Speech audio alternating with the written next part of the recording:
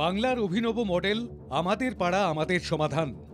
মানুষের পাড়ায় গিয়ে কিভাবে ছোটখাটো সমস্যার সুরাহা করতে হয় তা বাস্তবে সফলভাবে রূপায়ণ করে দেখাচ্ছে রাজ্য প্রশাসন। মুখ্যমন্ত্রী মমতা বন্দ্যোপাধ্যায়ের নির্দেশ মতো জেলায় জেলায় এই ঐতিহাসিক পরিষেবা প্রদানের কাজ দ্রুততার সঙ্গে চলছে।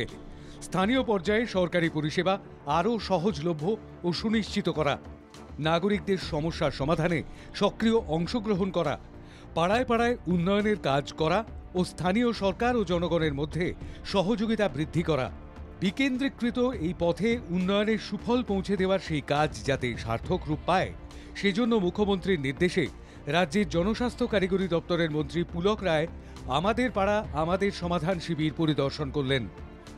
বেলডাঙ্গা ১ নম্বর ব্লকের বড়ুয়া যুবক সংঘের কমিউনিটি হলে আয়োজিত শিবির পরিদর্শন করেন তিনি। মন্ত্রী পুলক রায় বাংলা সরকারের অনন্য ভাবনার কার্যকারিতার দিকটি তুলে ধরেন। তিনি বলেন, মানুষকে পরিষেবা প্রদানের জন্য মুখ্যমন্ত্রী যা ভাবছেন তা অন্য রাজ্য ভাবতেই পারে না। আমাদের পাড়া আমাদের সমাধান সম্পূর্ণভাবে জনপরিষেবার অভিনব ব্যবস্থা, যাতে অভূতপূর্ব সাড়া মিলছে।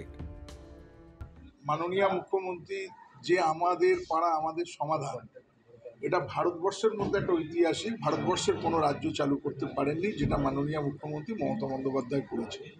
এবং ৩টে বুথ নিয়ে যে অনুষ্ঠিত হচ্ছে আমাদের পাড়া আমাদের সমাধান, সাথে দুয়ারে সরকার, মানুষের অভূতপূর্ব সাড়া।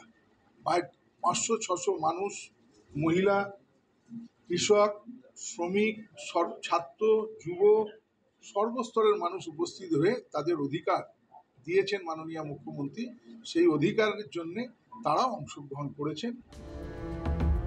আমাদের পাড়া আমাদের সমাধান এই শিবিরে উপস্থিত ছিলেন বেলডাঙ্গার বিধায়ক হাসানুজ্জামান শেখ, রেজিনগরের বিধায়ক রবিউল আলম চৌধুরী, বেলডাঙ্গা পুরসভার চেয়ারপারসন অনুরাধা হাজরা ব্যানার্জি, মুর্শিদাবাদ জেলা পরিষদের সহকারী সভাধিপতি আতিকুর রহমান এবং স্থানীয় জনপ্রতিনিধিরা ছিলেন। অতিরিক্ত জেলা শাসকও। মন্ত্রী পুলক রায় কেন্দ্রীয় বঞ্চনার বিরুদ্ধেও এদিন সরব হন। কিভাবে জল স্বপ্ন প্রকল্পে রাজ্যের অর্থ কার্যকর করা হচ্ছে, জনস্বার্থবাহী সেই ভাবনা চিন্তার কথাও তুলে ধরেন তিনি। জনস্বাস্থ্য কারিগরি দপ্তরের দায়িত্বে আছি মাননীয় মুখ্যমন্ত্রীর নির্দেশে। গত ১৩ই আগস্ট থেকে 2024-এর 13ই আগস্ট থেকে আজকে 12ই আগস্ট, 1 বছর একটা টাকাও দেয়নি, তাদের অ্যালোকেশনের টাকাও দেয়।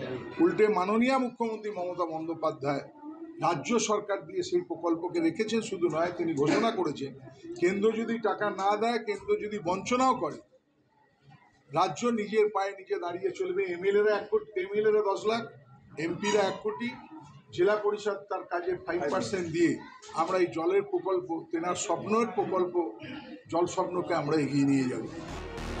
বেলডাঙ্গার বিধায়ক হাসানুজ্জামান শেখ জানিয়েছেন, জনস্বার্থ কারিগরি মন্ত্রী পুলক রায়ের উদ্যোগে 100 কোটি টাকায় বেলডাঙ্গায় নয়া জল প্রকল্প রূপায়ণ করা হবে।